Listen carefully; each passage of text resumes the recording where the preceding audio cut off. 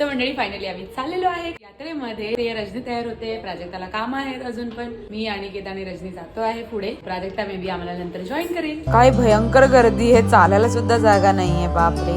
आता मी वाट बघतोय प्राजक्ताची. प्राजक्ता निघालीये घरातून, येतेय. गर्दी कंटिन्यू वाढतच चालली. सेलिब्रिटी आलेले आहेत. भरपूर धूळ आहे, धूळ उडते सगळ्यांची, त्याच्यामुळे आम्ही चाललोय नाका विचार चाललाय ब्रेक डान्सला जायचं. एवढी गर्दी आहे ना, आम्ही कसल्याच राईडवर बसलेलो नाही, कारण भरपूर लाईन लागलेली आहे. त्याच्यामुळे आम्ही सरळ निघालोय घरी, काही न घेता, काही न करता, काहीच एन्जॉय करता नाही. मी फक्त फिरून आलोय मार्केट ओव्हरऑल. त्याच्यासाठी पण आम्हाला 1 तास झालाय. मजा आली? हो खूप. तुला? हो खूपच, फक्त धूळ होती भरपूर.